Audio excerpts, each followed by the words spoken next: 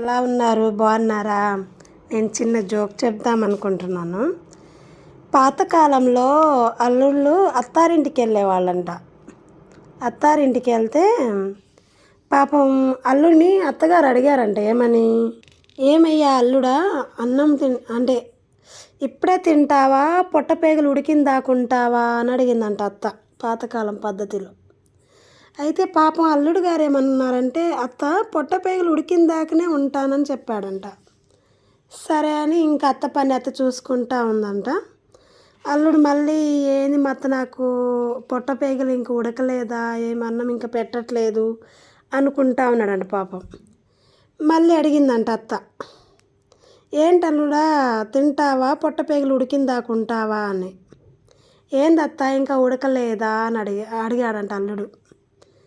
అయితే అత్తుండి చెప్పిందంట, ఉడికేది కుండలో కాదు అల్లుడా, నీ కడుపులో అని చెప్పిందంట.